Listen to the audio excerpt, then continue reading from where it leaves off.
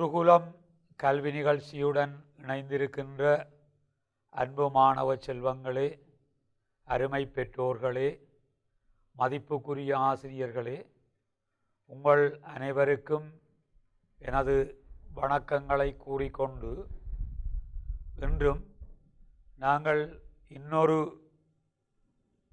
கல்வி நிகழ்ச்சியில் இணைந்திருக்கின்றோம். முயற்சியாண்மை கல்வி தரம் 10 தொடர்பாக கடந்த 2 வகுப்புகளிலே பிள்ளைகள் முயற்சியாண்மை கல்விக்குரிய அறிமுகம் தொடர்பான விடயங்களை நாங்கள் சின்ன சின்ன விடயங்களாக விரிவாக ஆராய்ந்திருந்தோம்.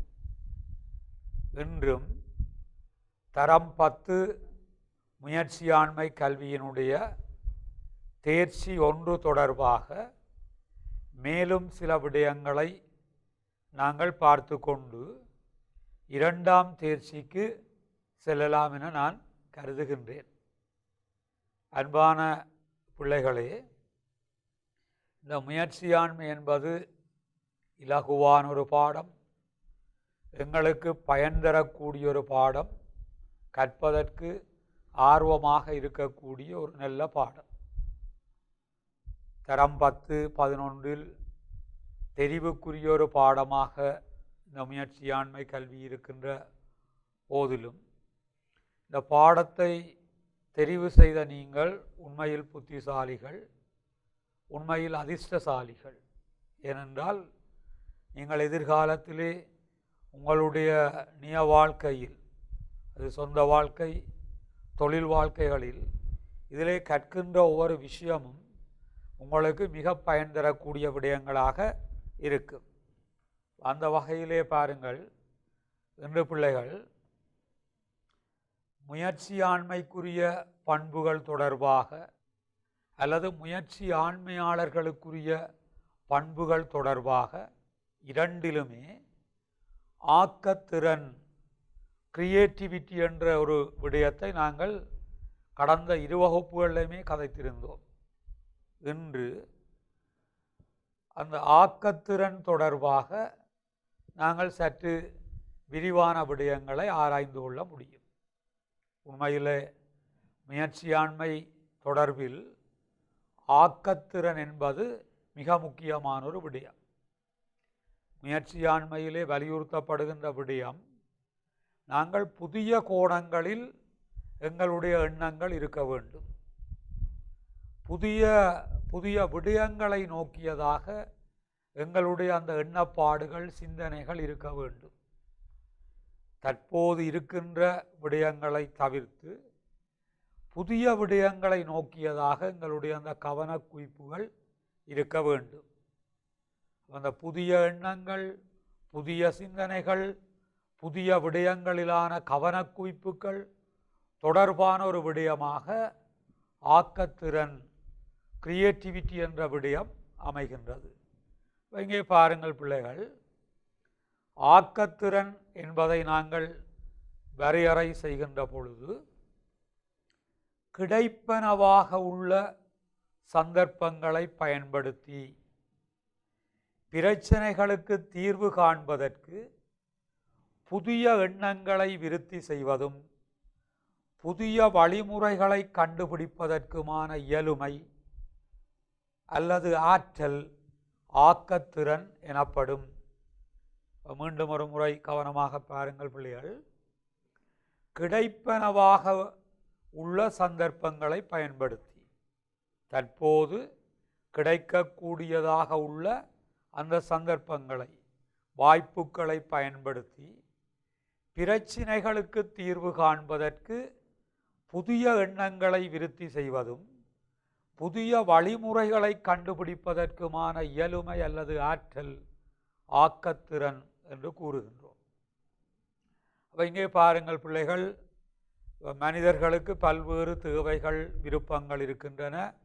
அவை தொடர்பாக நாங்கள் பின்னர் விரிவாக ஆராய இருக்கின்றோம். எனவே மனிதர்கள் தங்களுடைய தேவைகளை, விருப்பங்களை பூர்த்தி செய்வது தொடர்பாக அவர்களுக்கு பல்வேறு பிரச்சனைகள், ப்ராப்ளம்ஸ் காணப்படுகின்றன. அந்த பிரச்சனைகளுக்கு தீர்வு காண்பது மிக முக்கியமானது. பிரச்சனைகளுக்கு தீர்வு காண வேண்டியது முக்கியமானது. அதன் மூலம் அந்த பிரச்சனைகள் தொடர்ந்து இருப்பதை, தொடர்ந்து செல்வதை நாங்கள் தவிர்க்கக்கூடியதாக இருக்கும். பிரச்சனைகளை சரியாக தீர்த்தல், முதல் பிரச்சனைகளை இனங்காண வேண்டும். அந்த பிரச்சனைக்குரிய தீர்வுகளை நாங்கள் சரியாக தீர்மானிக்க வேண்டும். அது மிகப்பெரிய ஒரு இயலுமை, அது மிகப்பெரிய ஒரு ஆற்றல், அபிலிட்டியாக இருக்கும். அவ்வாறு நாங்கள் பிரச்சனைகளுக்கு அந்த தீர்வுகளை காணுகின்ற பொழுது அங்கே அது புதிய எண்ணங்களுக்கூடாக இடம்பெற வேண்டும், புதிய வழிமுறைகளுக்கூடாக இடம்பெற வேண்டும். இப்பொழுது பாருங்கள், எங்களுக்கு இந்த காலகட்டத்திலே பாடசாலைகளுக்கு நாங்கள் செல்ல முடியாமல் இருக்கிறது என்பது ஒரு மிகப்பெரிய பிரச்சனை. அல்லது வேறு கருமங்களுக்கு, அலுவலகங்களுக்கு கூட நாங்கள் வீட்டிலிருந்து வெளியே செல்ல முடியாத ஒரு நிலைமை இருக்கின்றது. இது மிகப்பெரிய ஒரு பிரச்சனை. இன்று இந்த கோவிட்-19 காலத்தில் இது மிகப்பெரிய ஒரு பிரச்சனை. எனவே வீட்டில் இருந்தபடியே பிள்ளைகள் கற்றுக்கொள்ள வேண்டியிருக்கிறது. வீட்டில் இருந்தபடியே அலுவலகர்கள் தங்களது அலுவலக கடமைகளை ஆற்ற வேண்டியிருக்கின்றது. எனவே வீட்டில் இருந்தபடி எந்த பாதிப்புகளும் இல்லாமல் அல்லது பெருமளவுக்கு சிறப்பான முறையில் எவ்வாறு கல்வியை கற்கலாம், வீட்டிலிருந்து நாங்கள் அலுவலக கடமைகளை எவ்வாறு செய்யலாம், அப்போ இதற்கு தொழில்நுட்பங்களை நாங்கள் எவ்வாறு கையாள முடியும், வேறு தொடர்பாடல் சாதனங்களை நாங்கள் எவ்வாறு கையாள முடியும், அல்லது ஒரு குறுகிய காலத்தில் எங்களுக்கு தேவைப்படக்கூடிய வேறு வேறு சாதனங்களை எவ்வாறு நாங்கள் உருவாக்கி கொள்ள முடியும் என்று அந்த புதிய எண்ணங்களை விருத்தி செய்வது, அந்த பிரச்சனைக்குரிய புதிய வழிமுறைகளில் தீர்வுகளை கண்டுகொள்வது ஆக்கத்திறன் என நாங்கள் குறிப்பிடுகின்றோம். தொடர்ந்தும் பாருங்கள் பிள்ளைகள், ஏற்கனவே நாங்கள் ஆக்கத்திறனை பற்றி கதைத்திருக்கிறோம். எனவே தொடர்ந்து நாங்கள் விடயத்துக்கு வருவோமாக இருந்தால், ஆக்கத்திறனுக்கு தடையாக அமையும் காரணிகள், ஆக்கத்திறனுக்கு தடையாக அமைகின்ற காரணிகள், ஃபேக்டர்ஸ் தட் obstruct creativity. ஆக்கத்திறனுக்கு என்ன காரணிகள் தடையாக இருக்கின்றன? புதிய எண்ணங்களை நோக்கி செல்வதற்கு, புதிய வழிமுறைகளை தொடர்வதற்கு என்ன காரணிகள் எங்களுக்கு தடையாக இருக்கின்றன என்று பார்க்கின்ற பொழுது, அதிலே பாருங்கள் பிள்ளைகள், முதலாவது விடயம் நம்பிக்கைகள், மனப்பாங்குகள் தொடர்பான உறுதியான நம்பிக்கை. எங்களுடைய சமூகங்களிலே பிள்ளைகள் உங்களுக்கு தெரியும், எங்களுடைய மனதிலே சில நம்பிக்கைகள், அதே போன்று சில மனப்பாங்குகள் ஆழமாக பதிந்திருக்கின்றன. இது இவ்வாறு தான் இருக்கும், இந்த விடயத்தை இன்னாரால் தான் செய்ய முடியும். அவ்வாறு நாங்கள் எங்களுடைய மனதிலே சில நம்பிக்கைகளை ஆழமாக பதித்து வைத்திருக்கின்றோம்.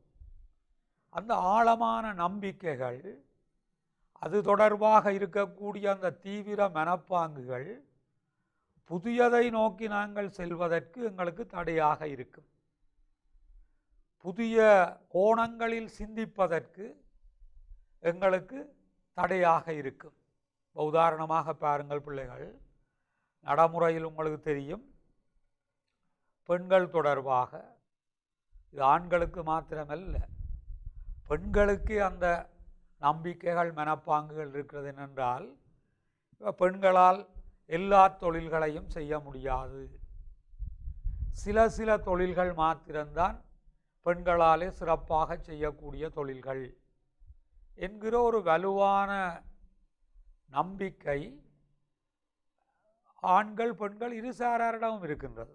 உதாரணமாக ஆசிரியர் தொழில், குறிப்பாக ஆரம்பத்துறைக்குரிய ஆசிரியர் தொழில், தாதியர் தொழில், உடைகளை தைப்பது, உணவுகளை சமைப்பது, இவ்வாறான தொழில்கள்தான் பெண்களால் சிறப்பாக செய்ய முடியும். பெண்களால் தான் சிறப்பாக செய்ய முடியும்.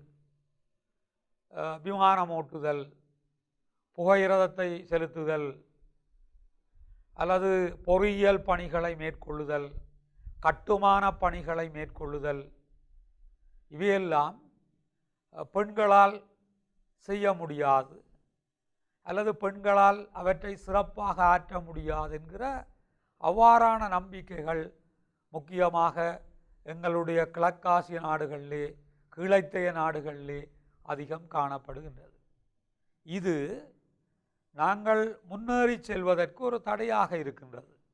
உதாரணமாக பார்த்தீர்கள் என்றால் பிள்ளைகளே, உலக சனத்தொகையிலே பெண்களினுடைய பங்கு அதிகமாக இருக்கின்றது. குறிப்பாக இலங்கையில் மொத்த சனத்தொகையில் ஏறத்தாழ 51% பெண்களாக இருக்கின்றார்கள். ஆண்களை விட சற்று அதிகமான அளவில் பெண்கள் இருக்கின்றார்கள். எனவே பெண்களினுடைய அந்த பங்களிப்பை பெற்றுக்கொள்ளாமல் பல்வேறு துறைகளிலும் இந்த நாட்டை நாங்கள் முன்னோக்கி கொண்டு செல்ல முடியாது. இந்த இலங்கை திருநாட்டை நாங்கள் வளர்ச்சியடைந்த நாடொன்றாக மாற்றிக்கொள்ள முடியாது. அப்போ இந்த நாட்டை முன்னேற்ற வேண்டுமாக இருந்தால், எங்களுடைய பொருளாதாரத்தை விருத்தி செய்ய வேண்டுமாக இருந்தால், தலா வருமானத்தை உயர்த்த வேண்டுமாக இருந்தால் பெண்களினுடைய பங்களிப்பு அங்கு அவசியமானது. எனவே பெண்களாலும் எல்லா தொழில்களையும் செய்ய முடியும். சில வேளைகளில் ஆண்களை விடவே பெண்களால் அதிகமாக சிறப்பாக செய்ய முடியும் என்கிற அந்த சிந்தனைகள், அந்த எண்ணங்கள் எங்களுக்கு வர வேண்டும். பெண்களுக்கு நாங்கள் எல்லா தொழில்கள் தொடர்பான அறிவை, திறன்களை, மனப்பாங்குகளை கொடுத்து அவர்களை முழுமையாக இந்த தேசத்தை கட்டியெழுப்பும் பணிகளில் ஈடுபடுத்த வேண்டும். எனவே இவ்வாறான நம்பிக்கைகள் எங்களுடைய ஆக்கத்திறனுக்கு தடையாக இருக்கின்றன. அவற்றிலிருந்து நாங்கள் என்ன செய்ய வேண்டும்? அந்த எதிர்மறை சிந்தனைகளில் இருந்து விடுபட வேண்டும். நேர்நிலை சிந்தனைகளை எங்களுடைய மனதில் நாங்கள் பெருக்கிக் கொள்ள வேண்டும். அதே போல பாருங்கள், இந்த அங்கவீனம் காரணமாக அங்கவீனமான ஆட்கள் அல்லது பிறப்பிலேயே சில குறைபாடுகளை கொண்டிருக்கின்றவர்கள், அவர்களால் கற்க முடியாது, அவர்களால் தொழில்களை பார்க்க முடியாது என்கிற அந்த அவ்வாறான நம்பிக்கைகளும் எங்களுடைய மக்கள் மத்தியில் நிறைய இருக்கின்றன. அவை இப்பொழுது பார்ப்பீர்களாக இருந்தால் சாதாரண வகுப்பறையிலேயே அந்த விசேட தேவை உள்ள பிள்ளைகள் இருக்கின்றார்கள். தீவிரமான விசேட தேவை உள்ள பிள்ளைகளுக்கு தனியான பாடசாலைகள் இருக்கின்றன. கண்ணால் பார்க்க முடியாத, காது கேட்க முடியாத, பல்வேறு அங்க குறைபாடுகளை கொண்ட பிள்ளைகளும் இன்று அதிகளவில் எல்லாருமே பெருமளவுக்கு கல்வி கற்கின்றார்கள், பரீட்சை எழுதுகின்றார்கள், சித்தி எய்துகின்றார்கள். பல்கலைக்கழக மட்டத்திலே கூட பல உயர் படிப்புகளை கூட அவர்கள் இன்று முடித்து அவர்களே பல நிறுவனங்களை செயற்படுத்துகிறவர்களாக இருக்கின்றார்கள். ஒவ்வொரு நிறுவனத்திலும் அவர்களுக்கான ஒரு இடம் கூட ஒதுக்கப்பட்டிருக்கின்றது. எனவே பாருங்கள், அங்கவீனவர்கள் அல்லது விசேட தேவை உள்ள பிள்ளைகளாலும் அவர்கள் முன்னேற முடியும், அவர்களாலும் பல்வேறு சாதனைகளை படைக்க முடியும் என்ற அந்த மாற்றம் தற்பொழுது வந்து கொண்டிருக்கின்றது. அவ்வாறான அந்த புதிய சிந்தனைகள் வருகின்ற பொழுது எங்களுடைய வளர்ச்சி இன்னும் அதிகமாக இருக்கும்.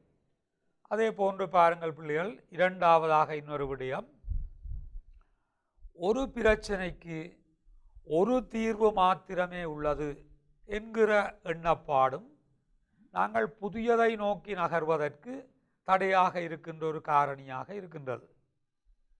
அநேகமானவர்கள் நம்புகிறார்கள் இந்த பிரச்சனைக்கு இது மட்டும்தான் தீர்வு, இந்த ஒரு பிரச்சனைக்கு இந்த ஒரு தீர்வு தான் இருக்கின்றது என்ற அந்த திட நம்பிக்கையோடு இருப்பதாலே புதியதை நோக்கி, புதிய தீர்வுகளை நோக்கி அவர்களால் செல்ல முடியாமல் இருக்கின்றது. உதாரணமாக பாருங்கள் பிள்ளைகள், இந்த நுளம்புகளினுடைய தொல்லை எல்லா இடங்களிலுமே நுளம்பு ஒரு பெரிய பிரச்சனையாக இருக்கின்றது. நுளம்பினால் பல்வேறு டெங்கு, அது மாதிரி மலேரியா, இவ்வாறு பல்வேறு நோய்கள் வரக்கூடிய பிரச்சனைகள் இருக்கின்றன. எனவே சாதாரணமாக நாங்கள் நுளம்பை விரட்டுவதற்கு நுளம்பு திரிகளை பயன்படுத்துகின்றோம்.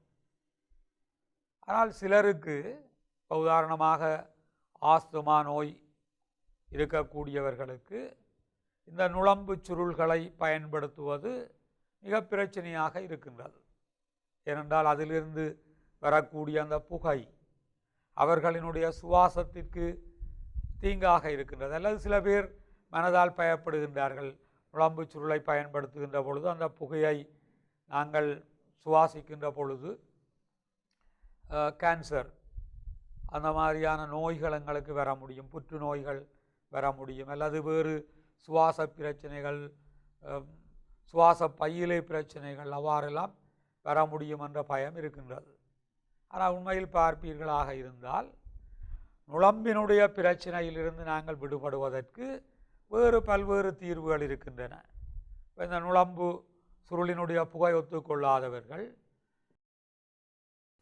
மின்சாரத்திலே பயன்படுத்தக்கூடிய அந்த திரவங்கள், மின்சாரத்தை பாவித்து செய்யக்கூடிய அந்த திரவங்களை பயன்படுத்தலாம். அவ்வாறு அந்த மின்சாரத்தில் பயன்படுத்தக்கூடிய சாதனங்கள் இருக்கின்றன நுளம்பை விரட்டுவதற்கு. அல்லது நுளம்பு வலியை பயன்படுத்தலாம், அது இன்னொரு சிறப்பான வழி, நுளம்பு வலியை பயன்படுத்துவது. அல்லது எங்களுடைய சுற்றாடலை நாங்கள் சுத்தமாக வைத்திருப்பது, நுளம்பு பெருகக்கூடிய அந்த வாய்ப்புகளை தவிர்ப்பது, வீடுகளிலே நுளம்பு உள்புகாதவாறு சில அந்த சிறிய துளைகள் கொண்ட அந்த வலைகளை பயன்படுத்துவது, இவ்வாறு நுளம்பை விரட்டி அடிப்பதற்கு எங்களுக்கு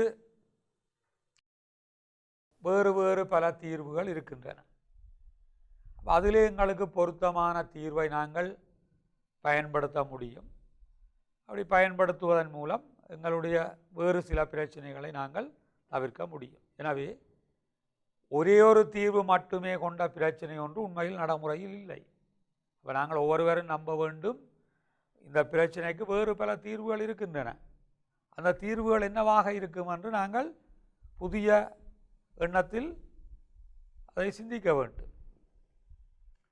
அதே போன்று பாருங்கள் பிள்ளைகள், மூன்றாவது இன்னொரு விடயம். அப்போ இதில் பார்ப்பீர்களாக இருந்தால் உண்மையிலே ஆக்கத்திறன் எங்களுடைய எண்ணம் சம்பந்தமானது. அந்த ஆக்கத்திறனுக்கு காரணமாக இருக்கின்ற அந்த காரணிகள் பெரும்பாலும் எங்களை சார்ந்த காரணிகளாக, எங்களுக்குள்ளே இருக்கக்கூடிய காரணிகளாகத்தான் இருக்கின்றன. மூன்றாவது பாருங்கள் பிள்ளைகள், உடனடி பெறுவேற்றினை எதிர்பார்த்தல். இப்போ ஒரு ஆக்க ரீதியான எண்ணம் தொடர்பாக நிறைய பேருக்கு இந்த ஒரு அவசரம் இருக்கின்றது. அதுவும் தற்போதுள்ள சந்ததியினருக்கு அந்த அவசரம் இன்னும் கொஞ்சம் அதிகம் இருக்கிறது என்று நாங்கள் சொல்லிக்கொள்ள முடியும். என்ன, ஏதாவது ஒரு செயற்பாடு தொடர்பாக அல்லது ஆக்கபூர்வமான சிந்தனை தொடர்பாக அதற்குரிய அந்த பெறுபேறை உடனடியாகவே எதிர்பார்ப்பது, மிக குறுங்காலத்திலேயே அது சம்பந்தமான அந்த விளைவுகளை, பெறுபேறுகளை நாங்கள் எதிர்பார்க்கிறது. எனவே உண்மையில் அது சில வேளைகளில் சாத்தியமாக இருக்காது. சில ஆக்கபூர்வமான சிந்தனைகளை பொறுத்தவரையில் அது ஒரு குறுங்காலத்துக்குள் அதை செயற்படுத்துவது கடினமாக இருக்கும். எனவே ஒரு ஆக்கபூர்வமான ஆக்கத்திறனுள்ள எண்ணங்களை நாங்கள் பயன்படுத்துவதற்கு, அது தொடர்பாக கிடைக்கக்கூடிய பெறுபேறுகள் தொடர்பில் நாங்கள் பொறுமையுடன் சில காலங்களுக்கு காத்திருக்க பழக வேண்டும், பொறுத்திருக்க பழக வேண்டும் என்பதை ஞாபகத்தில் வைத்துக் கொள்ளுங்கள் பிள்ளைகள். அடுத்த நான்காவது பாருங்கள், இதுவும் எங்கள் சார்ந்த பிரச்சனை. எங்களுக்குள்ளேயே நாங்கள் தர்க்க ரீதியான அடிப்படை ஒன்றை உருவாக்கி அதை காரணம் காட்டி நாங்கள் செயற்படாமல் இருப்பது. நாங்களே ஒரு லாஜிக்கல், ஒரு தர்க்க ரீதியான அடிப்படை ஒன்றை உருவாக்கி அதை காரணம் காட்டி நாங்கள் செயற்படாமல் இருப்பது. உதாரணமாக பிள்ளைகள் பாருங்கள், இந்த வங்கி கொடுக்கல் வாங்கல்கள், சிறப்பாக ஒரு உதாரணமாக இருந்தால் வங்கி கொடுக்கல் வாங்கல்கள். சில பேருடைய மனதிலே இன்னமும் நிலையாக அந்த எண்ணம் இருக்கிறது. என்ன? வங்கியுடன் கொடுக்கல் வாங்கல்களை செய்ய வேண்டுமாக இருந்தால் கட்டாயம் நாங்கள் வங்கியை செல்ல வேண்டும், வங்கிக்கு சென்றால் மாத்திரம்தான் இந்த கொடுக்கல் வாங்கல்களை செய்ய முடியும். அவ்வாறான எண்ணப்பாடு உள்ளவர்கள் இருக்கின்றார்கள். உண்மையில் உங்களுக்கு தெரியும், இப்பொழுது படிப்படியாகவே வங்கிகளுக்கு நாங்கள் செல்லாமல் தொலைபேசிகளுக்கூடாக, கைத்தொலைபேசிகளுக்கூடாக, ஆன்லைன் வங்கி முறைகளுக்கூடாக, வலையமைப்புகளுக்கூடாக எங்களுடைய வங்கி கொடுக்கல் வாங்கல்களை வங்கிக்கு செல்லாமலே நாங்கள் செய்ய முடியும். அதேபோன்று வங்கி அலுவல்கள் நிறுத்தப்பட்ட பிறகு, நாளாந்த அன்றாட அந்த வங்கி கொடுக்கல் வாங்கல்கள் நிறுத்தப்பட்ட பிறகு, அதாவது வங்கிகள் மூடப்பட்ட பின்னர் கூட நாங்கள் வங்கிகளுக்கு சென்று காசோலைகளை வைப்பிலிடுவது, காசை மீள எடுப்பது, வேறு கருமங்களை செய்வதற்கு கூட அங்கே வாய்ப்புகள் இருக்கின்றன. வீட்டில் இருந்தபடியே, அலுவலகத்தில் இருந்தபடியே வங்கி கொடுக்கல் வாங்கலை செய்ய முடியும். வங்கிகள் மூடப்பட்டிருக்கிற நேரங்களிலும் நாங்கள் வங்கி கொடுக்கல் வாங்கல்களை செய்ய முடியும். நாங்கள் செல்லக்கூடிய வெவ்வேறு இடங்களில் இருந்தபடியும் நாங்கள் வங்கி கொடுக்கல் வாங்கல்களை செய்ய முடியும். உண்மையில் அவ்வாறு நாங்கள் சிந்திக்க வேண்டும். எங்களுக்கு அங்கே தடை ஏதும் உண்மையில் இல்லை. அவ்வாறு நாங்கள் வேறு வேறு கருமங்களுக்கு தொடர்பாக சில வேளைகளில் சில பேர் அவர்களே ஒரு தீர்மானத்தை எடுத்து வச்சிருப்பார்கள். அதன் காரணமாக செயற்படாமல் அவர்கள் இருப்பார்கள். அவ்வாறல்ல. அப்போ நாங்கள் இந்த கருமங்களை செய்ய முடியும் என்ற நம்பிக்கையுடன் புதிய விடயங்களை நோக்கி நகர வேண்டும். 5வது பாருங்கள் பிள்ளைகள், வேறு சிலருக்கு வேறு சில பிரச்சனைகள் இருக்கிறது. இந்த விடயத்தை நடைமுறைப்படுத்துவதற்கு தடைகள் இருக்கக்கூடும். நாங்கள் இது புதிய முறையில் சிந்திச்சிட்டோம், புதிய விஷயங்கள் எங்கள்கிட்ட இருக்குது, ஆனால் இதை நடைமுறைப்படுத்துவதில் சிக்கல் இருக்குது. சட்ட பிரச்சனைகள் இருக்கலாம், சமூக பிரச்சனைகள் இருக்கலாம் என்கிற மாதிரி வேறு வேறு தடைகள் இருக்கலாம் என்றெண்ணி அவர்கள் செயற்படாமல் இருப்பார்கள். இப்போ உதாரணமாக பாருங்கள், உங்களுடைய பாட புத்தகத்திலே போடப்பட்டிருக்கிற உதாரணம், காற்றை விட நிறை கூடிய ஒன்றை காற்றில் பறக்க விட முடியாது என்று சிலர் நம்புகிறார்கள். காற்றை விட நிறை கூடிய ஒன்றை காற்றில் பறக்க விட முடியாது, அது சாத்தியமில்லை. பாரமான ஒன்றை காற்றில் பறக்க விடுவது சாத்தியமில்லை. அதனாலே அவர்கள் அது சம்பந்தமான ஆக்கப்பூர்வமான எண்ணங்களை கைவிட்டுடுவார்கள். எனவே பிள்ளைகள், காற்றை விட நிறை கூடிய அந்த விமானங்களை பறக்க விடுதல் சாத்தியமாகி இருக்கின்றது. எனவே நடைமுறைப்படுத்தலுக்கு இது தடையாக இருக்கும். அவ்வாறான எண்ணங்களை கூட நாங்கள் கைவிடுவோமாக இருந்தால் ஆக்கத்திறன் கொண்ட எண்ணங்களை எங்களுக்கு உருவாக்கி கொள்ள முடியும். 6வது பாருங்கள் பிள்ளைகள், சில பேருக்கு நடைமுறையில் இருக்கக்கூடிய சில நியதிகள், பாரம்பரியங்கள் தொடர்பாக விளக்கங்கள் இல்லாமல் அவற்றை பின்பற்றுவது.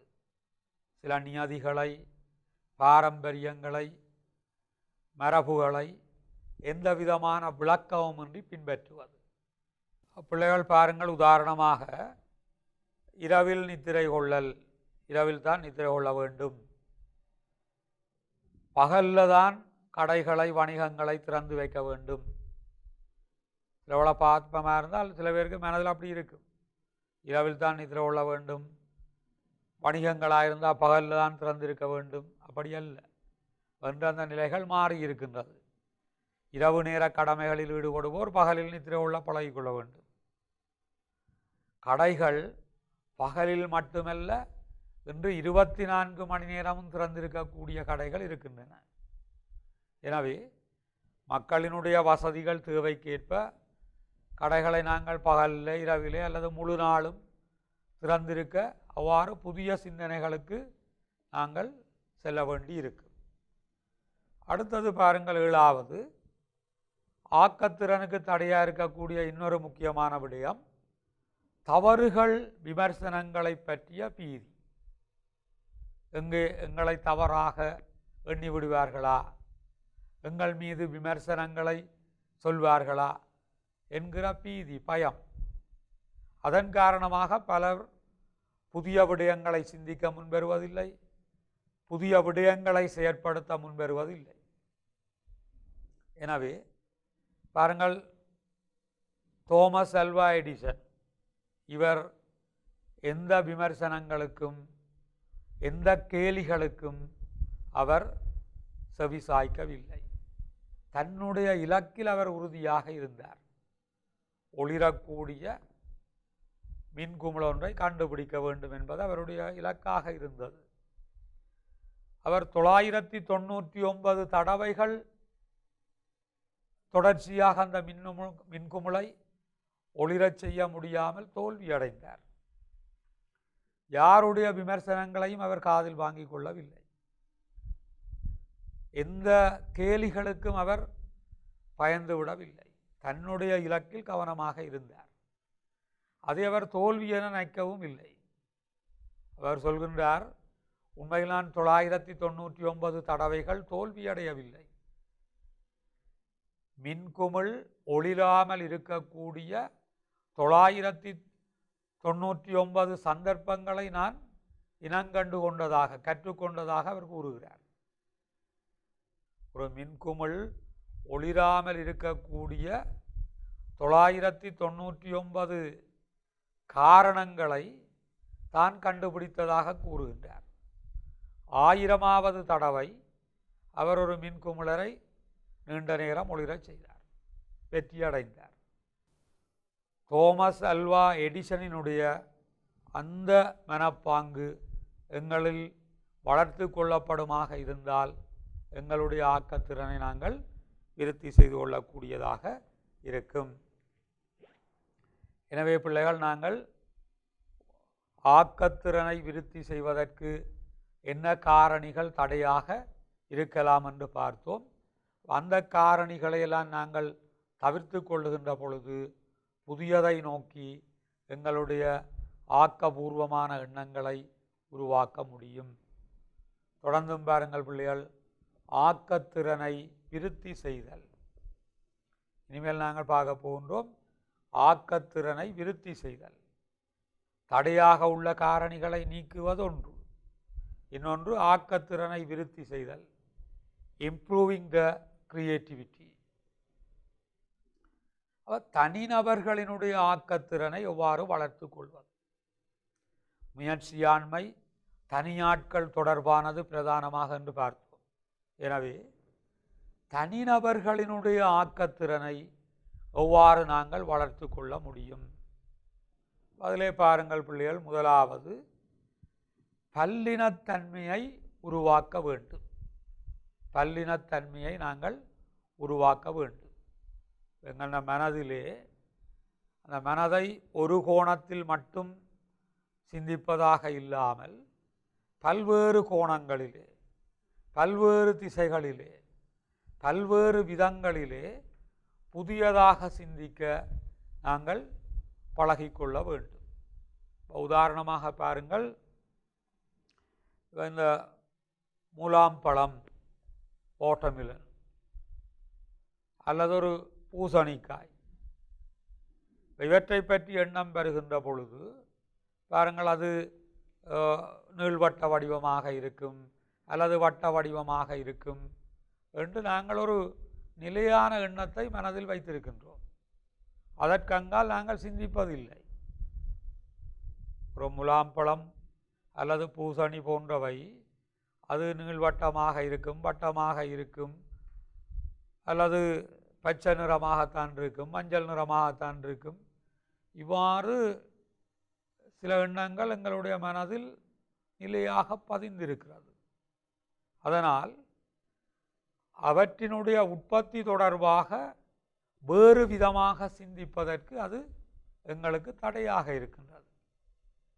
உங்களுடைய பாடப்புத்தகத்திலே காட்டப்பட்டிருக்கின்ற ஒரு உதாரணத்தை பாருங்கள். இங்கே இந்த முலாம்பழம் நீள்வட்டமாகவோ வட்டமாகவோ இல்லாமல் பாருங்கள், அது ஒரு நீள் சதுர வடிவமாக அதை ஆக்க முடியும்.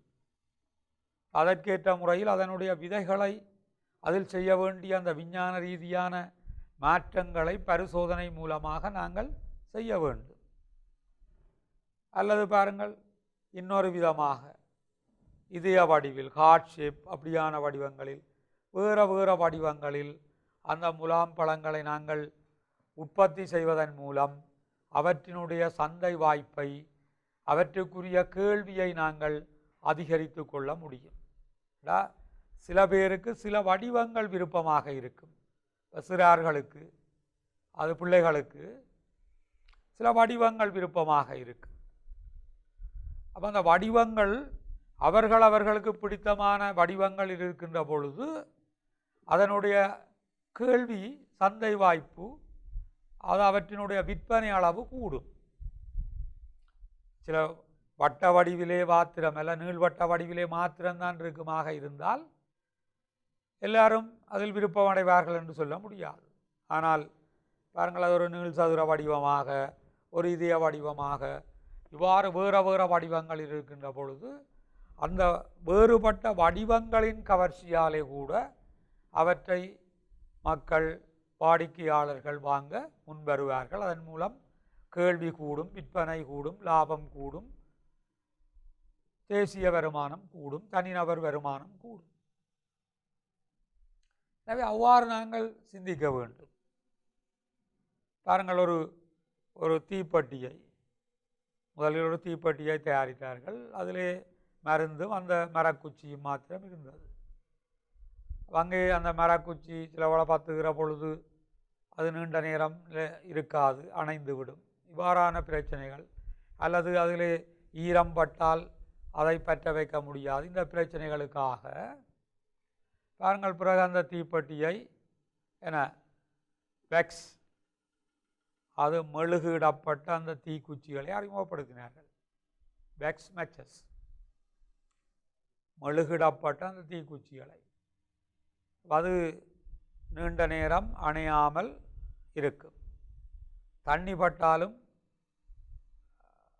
அதிகம் பாதிப்புகள், அல்லது குளிர் நிலைமைகளாலே அதிகம் பாதிப்புகள் ஏற்படாது.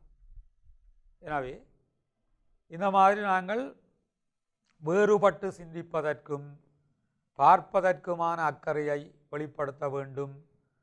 சூழலில் ஏற்படுகிற மாற்றங்களுக்கு ஏற்ப பல்லினத்தன்மையை வெளிப்படுத்த வேண்டும். இப்போ பாருங்கள், இந்த தேங்காய்கள், முன்னைய காலங்களில் தென்னை மரங்கள் மிக உயரமாக வளர்ந்திருக்கு. அப்போ தேங்காய்களை பறிப்பது கடினம். அப்போ தேங்காய்களை பறிப்பது கடினம் என்றால் தேங்காய்களை பறிப்பதற்கு என்ன செய்யலாம்? இயந்திரங்களை கண்டுபிடிக்கலாமா? வேறு என்ன உத்திகளை கையாளலாம் என்று சிந்தித்த போது வேறு சிலர் சிந்தித்தார்கள், இந்த தென்னை மரங்கள் பதிவான நிலையில், உயரம் குறைவான நிலையிலேயே அவை காய்க்கக்கூடிய முறையில் புதிய தென்னம் அந்த கன்றுகளை தயாரித்து கொண்டார்கள், அறிமுகப்படுத்தினார்கள். அவை இப்பொழுது பார்ப்பீர்களாக இருந்தால் தென்னங்கன்றுகள் சிறிய உயரங்களுடன் இருக்கின்ற பொழுது அவை காய்க்கின்றன. அதே போல பப்பாளி பழம் இவ்வாறான எல்லாம் சிறிய உயரங்களில் இருக்கின்ற பொழுது அவை விளைச்சலை தருகின்றன, பழங்களை தருகின்றன, தேங்காய்களை தருகின்றன. எனவே உயரமான மரமாக இருக்கிறது, அந்த தேங்காய்களை பழங்களை பறிப்பதற்கு இயந்திரங்களை கண்டுபிடிக்கலாமா என்பது ஒரு சிந்தனை. அல்லது அந்த மரங்களை உயரம் குறைந்த அளவிலேயே வைத்து கொண்டு அவற்றிலிருந்து பயனை பெற சிந்திப்பது இன்னொரு முறை. அதே போல் பாருங்கள், முந்தி விவசாயத்தை பொறுத்தவரை இப்போ நெற்பயிற்சியாக இருந்தால் முந்தி 4 மாதம் 5 மாதங்கள் விளைச்சலுக்கு எடுத்த காலத்தை குறைத்து இப்பொழுது 2 மாதங்கள் 3 மாதங்களிலேயே விளைச்சல் தரக்கூடிய நெல்லினங்களை அறிமுகப்படுத்தலாம். குறைந்த காலத்தில் விளைச்சலை தரக்கூடிய நெல்லினங்களை அறிமுகப்படுத்தலாம். இரண்டாவது, தோல்விகளை ஏற்றுக்கொள்ளல். தோல்விகளை ஏற்றுக்கொள்ளல், அக்செப்டிங் ஃபெயிலியர்ஸ். இதனால் பிள்ளைகள் ஒரு ஆக்கத்திறனுடன் நாங்கள் ஒரு செயற்பாட்டில் ஈடுபடுகின்ற பொழுது அதில் எங்களுக்கு வெற்றி கிடைக்க முடியும், தோல்வியும் கிடைப்பதற்கான வாய்ப்புகள் இருக்கின்றதை நாங்கள் ஏற்றுக்கொள்ள வேண்டும். ஒரு ஆக்கபூர்வமான முயற்சிகளிலே ஈடுபடுகின்ற பொழுது, ஆக்கபூர்வமான எண்ணங்களை செயற்படுத்துகின்ற பொழுது அவற்றினுடைய பெறுபேறு வெற்றியாகவோ தோல்வியாகவோ அமைய முடியும் என்பதை நாங்கள் ஏற்றுக்கொள்ள வேண்டும். இங்கே எங்களுக்கு ஒரு தோல்வி ஏற்படுமாக இருந்தால் நாங்கள் மனங்கலங்கி நிற்க முடியாது, தைரியம் இழந்து அதனுடன் அந்த முயற்சியை கைவிட முடியாது. தோல்வி ஏற்படுவதும் இயல்பானதே. இந்த தோல்வி எனக்குரிய ஒரு சவால் மட்டுமே என நம்பிக்கொண்டு நாங்கள் விழுந்தவர்கள் விழுந்தே இருக்க முடியாது, மீண்டும் எழுந்திருந்து முயற்சியை நாங்கள் தொடர வேண்டும். அதே போன்று பாருங்கள் பிள்ளைகள், ஆர்வத்தை ஊக்குவித்தல், ஆர்வத்தை ஊக்குவித்தல், என்கரேஜிங் கியூரியாசிட்டி என்றால் இந்த ஆக்கபூர்வமான எண்ணங்கள் உருவாகுவதற்கு உரிய பிரதான காரணம் ஊக்கம். ஆக்கபூர்வமான எண்ணங்கள் உருவாகிறதற்கு ஒருவரிடம் இருக்கக்கூடிய அந்த ஊக்கம், ஆர்வம் முக்கிய காரணமாக இருக்கின்றது. எனவே ஆர்வத்தையும் ஊக்கத்தையும் நாங்கள் மேலும் உற்சாகப்படுத்துகின்ற பொழுது அவர்களால் புதிய ஆக்கங்களை உருவாக்கக்கூடியவர்களாக இருப்பார்கள். பாடசாலைகளிலும் சரி வீடுகளிலும் சரி, யாரும் பிள்ளைகள் புதிதாக ஏதும் ஒரு விடயத்தை உருவாக்க முயற்சித்தால் அதை நாங்கள் உற்சாகப்படுத்த வேண்டும், அவர்களுக்குரிய உதவிகளை சந்தர்ப்பங்களை வழங்க வேண்டும். அதன் மூலம் புதிய ஆக்கங்கள் எங்களுக்கு கிடைக்கப்பெற முடியும். எனவே பாருங்கள், புதிய கண்டுபிடிப்புகளுக்கு முக்கிய காரணம் ஆர்வமாகும். ஆர்வம் காரணமாகவே மனிதர்கள் புதிய ஆக்கங்களையும் கண்டுபிடிப்புகளையும் மேற்கொள்ளுகின்றனர். சரி பிள்ளைகளே, தொடர்ந்து 4வது விடயத்தை பாருங்கள். பிரச்சினைகளை சவாலாக காணுதல் அல்லது பிரச்சினைகளை சவாலாக கருதுதல். perceiving issues as challenges. ஒவ்வொரு பிரச்சினையும் புத்துருவாக்கத்துக்கான சந்தர்ப்பத்தை வழங்குகின்றன. பிரச்சினைகள்தான் புத்துருவாக்கத்துக்குரிய சந்தர்ப்பங்களை வழங்குகின்றன. ஆகையால் பிரச்சனை ஒன்றை கண்டு நாங்கள் தைரியம் இழக்காமல் அதனை சவால் ஒன்றாக கருதி செயற்பட வேண்டும். தோல்விகளை ஏற்றுக்கொள்வது போன்று பிரச்சினைகளையும் சவாலாக கருதி நாங்கள் தொடர வேண்டும். 5வது, ஆக்கத்திறன் பயிற்சிக்கான சந்தர்ப்பம். ஆக்கத்திறன் பயிற்சிக்கான சந்தர்ப்பம். பிள்ளைகள் பாருங்கள், ஆக்கத்திறன்களை கல்விக்கூடாக பயிற்சிகளுக்கூடாக அதிகரித்து கொள்ள முடியும். ஆக்கத்திறன் ஏற்படுவதற்கு பொருத்தமான கல்வியை வழங்குவது, பொருத்தமான பயிற்சிகளை வழங்குவது இந்த ஆக்கத்திறனை விருத்தி செய்ய உதவும்.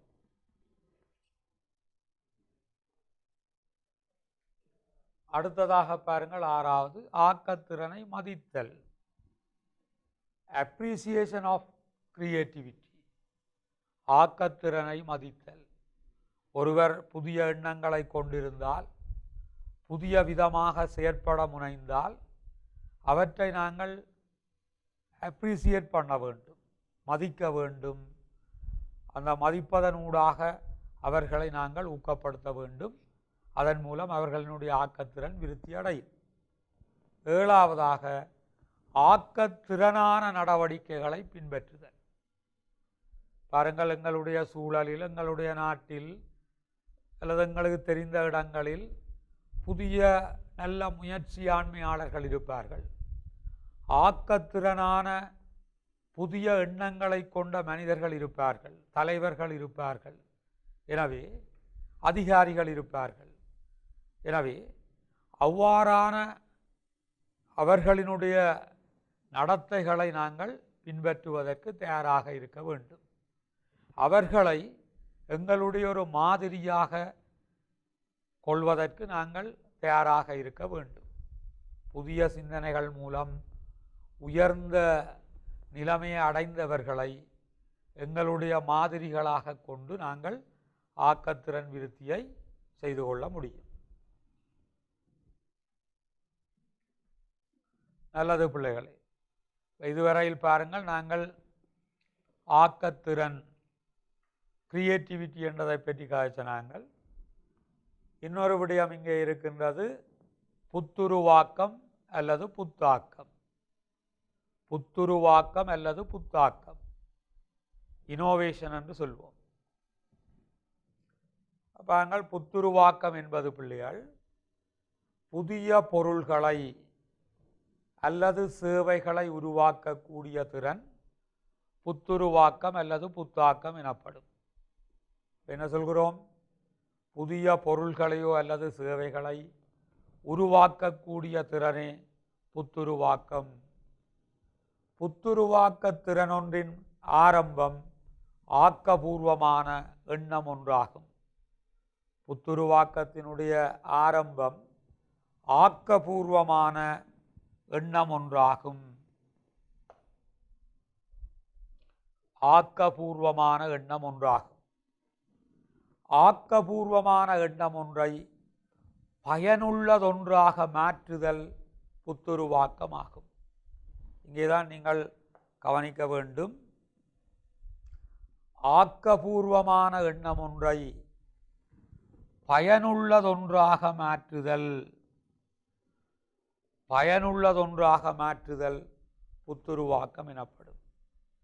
ஆக்கத்திறன் என்பது புதிய எண்ணங்களை குறிக்கின்றது. அந்த புதிய எண்ணங்களை கொண்டு பொருட்கள் சேவைகளை பயனுள்ள முறையில் நாங்கள் உருவாக்குவது புத்துருவாக்கம் அல்லது புத்தாக்கம் என நாங்கள் குறிப்பிட்டு கொள்ள முடியும். தொடர்ந்தும் பாருங்கள் பிள்ளைகள், முயற்சியாண்மையாளர் ஒருவரின் சிறப்பு கருமம் ஒன்றாக இந்த புத்துருவாக்கம் இருக்கும். பிரச்சினைக்கு தீர்வாக முயற்சியாளரது ஆக்கபூர்வமான எண்ணத்தை சந்தைப்படுத்தக்கூடிய பொருள் அல்லது சேவையாக மாற்றுதலுக்கு இந்த புத்துருவாக்கம் உதவும். என்னவாம்பிள்ளைகள், முயற்சியாளர் ஒருவருடைய ஆக்கபூர்வமான எண்ணத்தை சந்தைப்படுத்தக்கூடிய முறையில் பொருள் அல்லது சேவையாக மாற்ற முடியும். உதாரணமாக பாருங்கள், தற்பொழுது இந்த கோவிட்-19 கொரோனா பாதிப்பு காலத்தில் நாங்கள் இருக்கின்ற பொழுது இந்த பாதிப்பிலிருந்து மக்களை விடுவிப்பதற்காக வேக்சின் தடுப்பூசிகளை கண்டுபிடிக்க வேண்டிய ஒரு தேவை இருந்தது. அப்போ அந்த மருத்துவ விஞ்ஞானிகள் பல்வேறு நாடுகளிலும் அவர்கள் கொரோனா வைரஸிலிருந்து தப்பிக்கொள்ளக்கூடிய தடுப்பூசிகளை கண்டுபிடித்திருக்கிறார்கள். அந்த தடுப்பூசிகளை கண்டுபிடிக்கலாம் என்கிற அந்த ஆக்கபூர்வமான எண்ணம் அவர்களினுடைய ஆக்கத்திறனாக இருக்கும். அவ்வாறு அவர்கள் ஆக்கபூர்வமான எண்ணம் ஒன்றை சாதித்ததன் மூலம் இந்த பிரச்சினைக்கு அது தீர்வாக மாறாது. அந்த ஆக்கத்திறன் தடுப்பூசிகளாக உற்பத்தியாக்கப்பட்டு மக்களுக்கு அவை ஏற்றப்பட வேண்டும். அப்போ அந்த தடுப்பூசி எவ்வாறு தயாரிக்கலாம் என்கிற அந்த எண்ணம் பயனுள்ள முறையில் மக்களுக்கு அது கிடைக்கக்கூடிய முறையில் அது தடுப்பூசிகளாக உற்பத்தியாக்கப்பட்டு அவை பாதுகாப்பான முறையில் களஞ்சியப்படுத்தப்பட வேண்டும். அது புத்துருவாக்கம் அல்லது புத்தாக்கமாக இருக்கும். இதே போல தான் பாருங்கள், திறன்பேசிகள் ஸ்மார்ட் போன்ஸ். ஸ்மார்ட் போன்ஸை உருவாக்கலாம், அதில் என்னென்ன வசதிகளை கொண்டதாக உருவாக்கலாம் என்பது ஆக்கத்திறன். அதை கொண்டு அந்த திறன்பேசிகளை உற்பத்தி செய்து சந்தைப்படுத்த வேண்டும், உற்பத்தி செய்து மக்களுக்கு விநியோகிக்க வேண்டும். அந்த விடயம் புத்துருவாக்கம் அல்லது புத்தாக்கமாக இருக்கும். இதிலே பாருங்கள் பிள்ளைகள், இந்த இன்னொரு விடயத்தையும் பாருங்கள். இன்னொரு உதாரணம் உங்களுடைய பாடப்புத்தகத்திலே கொடுக்கப்பட்டிருக்கின்ற ஒரு உதாரணம். இதிலே பாருங்கள், இதிலே உக்கக்கூடிய பொருட்கள், உக்க முடியாத பொருட்கள், தற்போது அவை வெவ்வேறு கொள்கலன்களில் இடப்படுகின்றன. வெவ்வேறு குப்பை கொள்கலன்களில் உக்கக்கூடியவை, உக்க முடியாதவை என வேறுபடுத்தி சேகரிக்கப்படுகின்றன.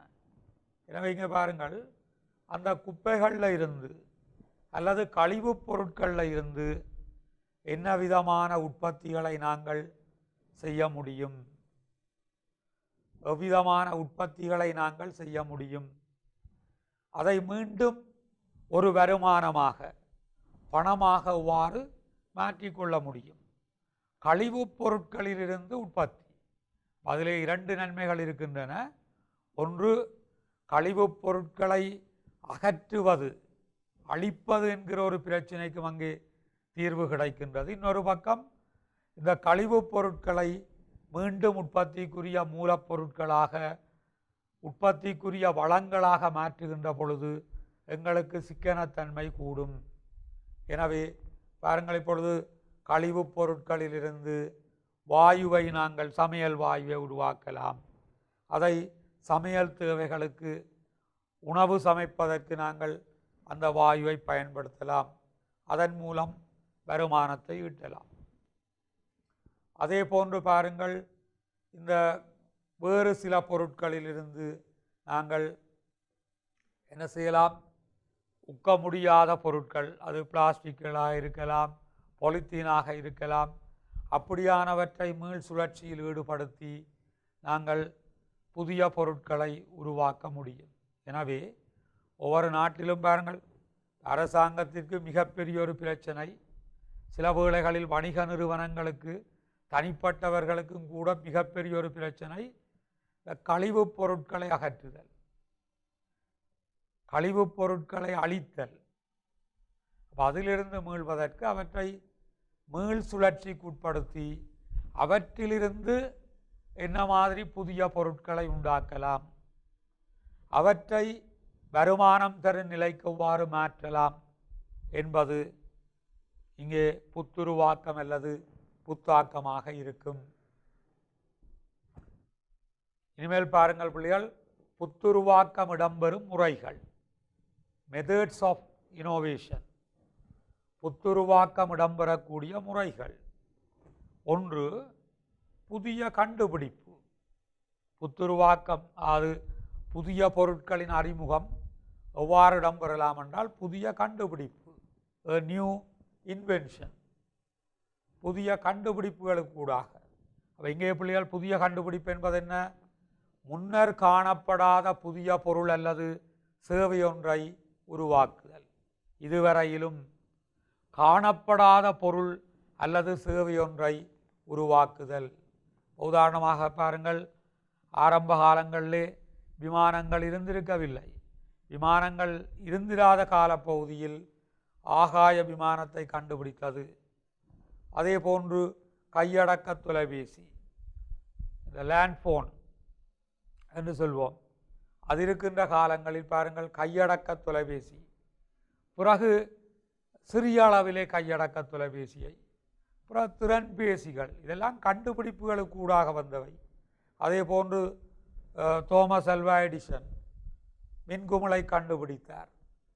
அதே போன்று பாருங்கள், இலத்திரனியல் வணிகம், பிஸ்னஸ் எவ்வாறு செய்வது, வாடிக்கையாளரும் உற்பத்தியாளர் அல்லது வியாபாரிகளும் நேரே சந்திக்காது எவ்வாறு வணிகத்தை செய்வது, இதெல்லாமே புதிய கண்டுபிடிப்புகள். எனவே புத்துருவாக்கம் இடம்பெறுகிற முறைகளிலே ஒன்று புதிய கண்டுபிடிப்புகள். தற்போது இல்லாத பொருள் சேவையை கண்டுபிடிப்பது.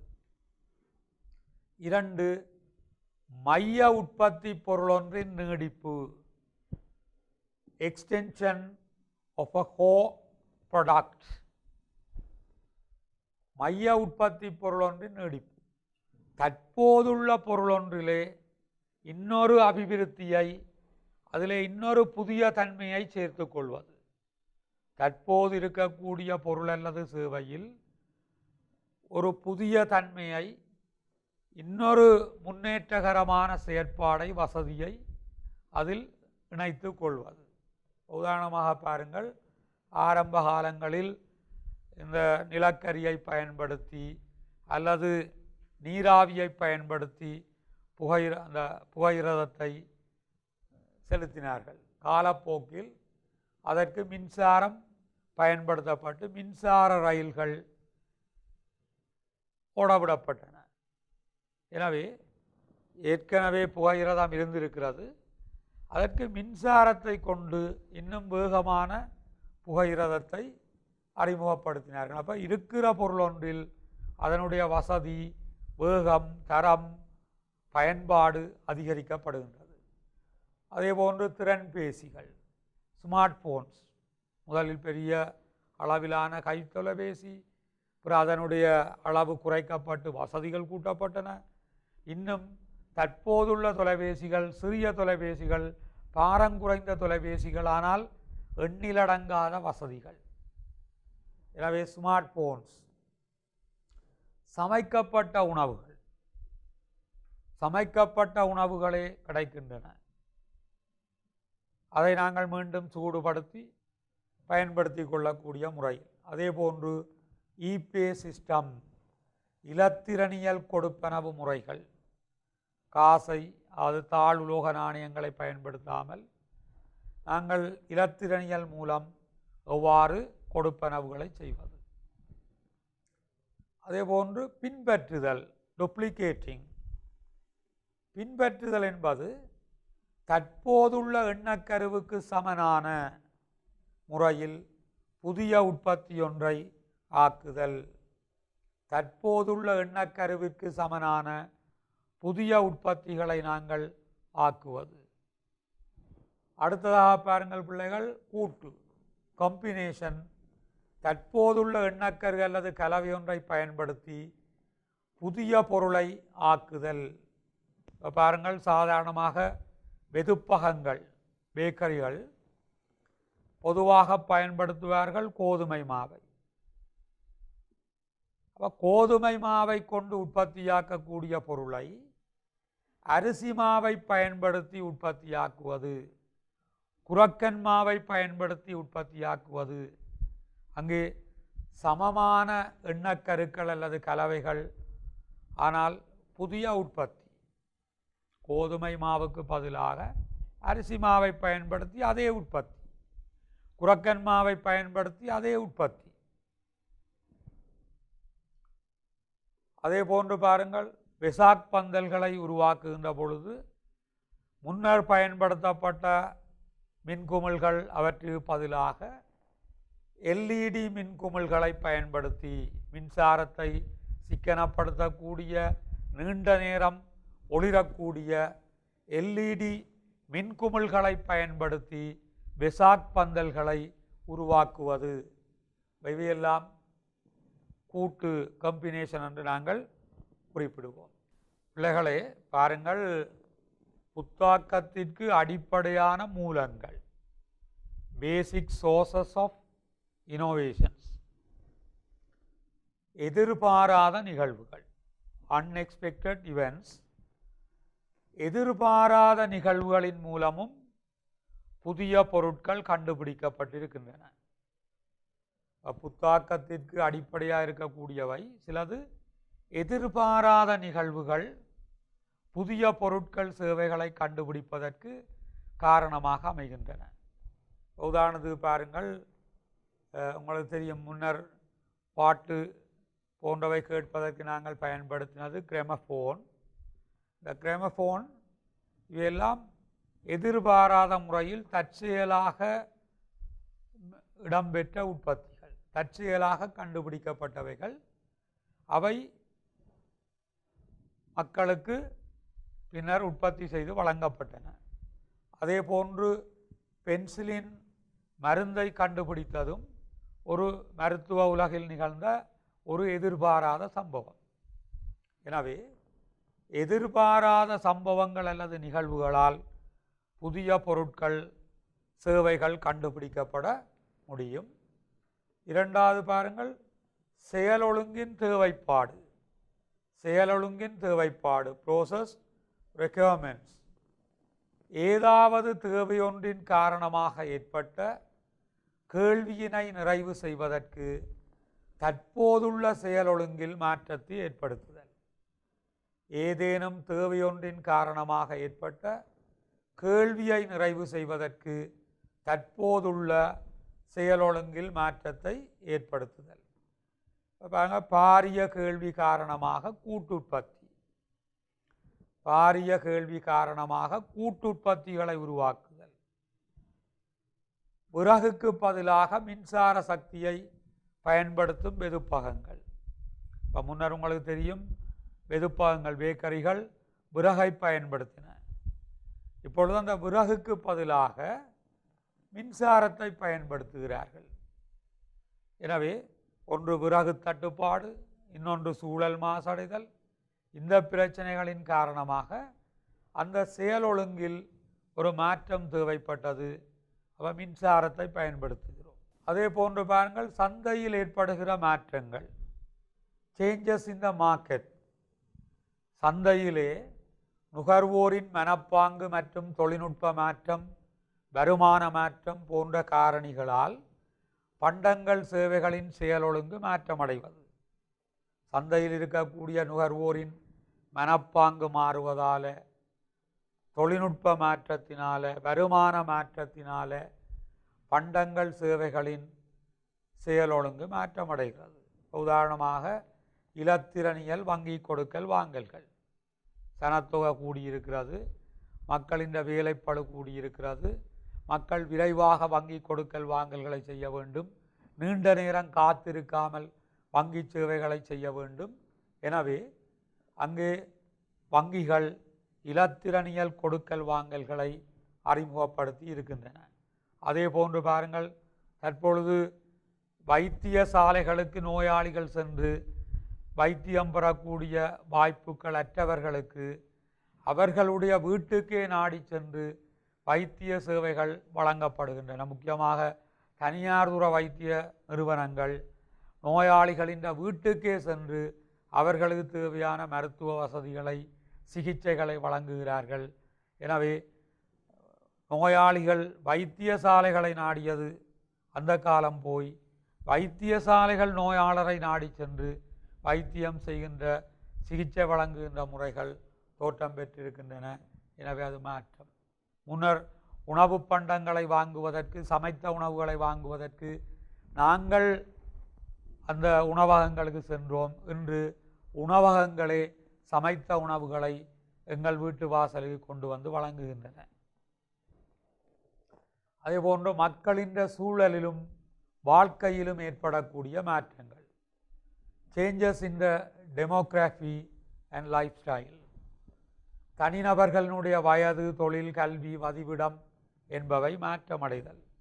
வயதோ தொழிலோ கல்வி வதிவிடம் என்பவை மாற்றமடைவதால் பாருங்கள், புதிய விதமான சேவைகள், பொருட்கள் அறிமுகப்படுத்தப்பட்டிருக்கின்றன.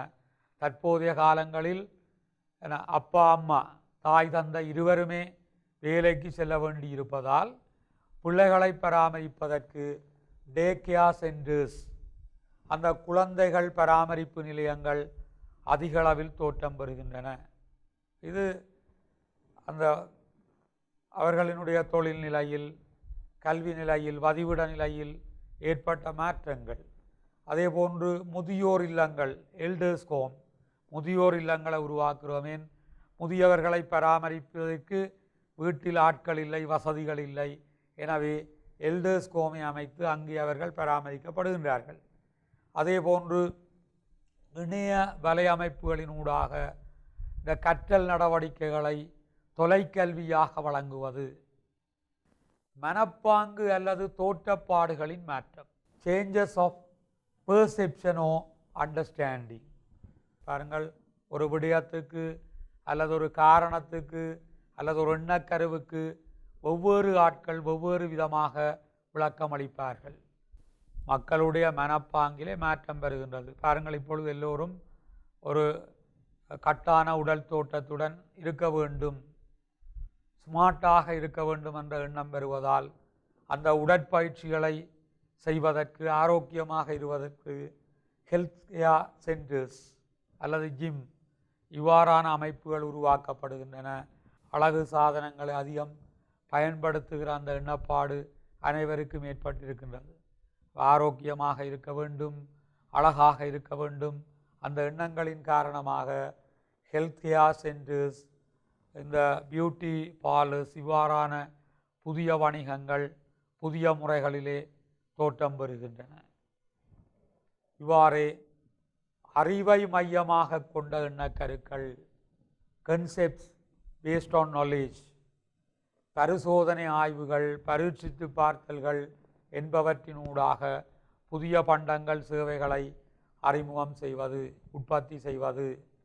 பாருங்கள், பல்வேறு வசதி கொண்ட கையடக்க தொலைபேசிகள், திறன்பேசிகள், வேறு வேறு கணினி வன்பொருள்கள், கம்ப்யூட்டர் ஹார்ட்வேர்ஸ், இயந்திர மனிதர்கள், ரொபோ மெஷின்ஸ், இவ்வாறு இந்த அறிவை மையமாக கொண்டு புதிய எண்ணக்கருக்கள் தோற்றம் பெறுவதால் இவ்வாறு புதிய உற்பத்திகள் சந்தைக்கு அறிமுகம் செய்யப்படுகின்றன. நல்லது பிள்ளைகளே, இன்றைய வகுப்பில் நாங்கள் ஆக்கத்திறன் புத்துருவாக்கம் தொடர்பான பல்வேறு விடயங்களை கலந்துரையாடியிருந்தோம். இதனுடைய தொடர்ச்சிகளை நாங்கள் எதிர்வரும் வகுப்புகளில் கலந்துரையாடி கொள்ள முடியும். இந்த பாட விடயம் தொடர்பாக மீண்டும் நீங்கள் மீட்டு பார்ப்பதற்கு சேனல் NIயினுடைய யூடியூப்பினூடாக தரவிறக்கம் செய்து நீங்கள் பார்த்து கொள்ள முடியும். நல்லது பிள்ளைகளே, மீண்டும் அடுத்த வகுப்பில் உங்களை சந்திக்கும் வரையில் உங்களிடமிருந்து விடை பெற்றுக் கொள்கின்றேன். நன்றி, வணக்கம்.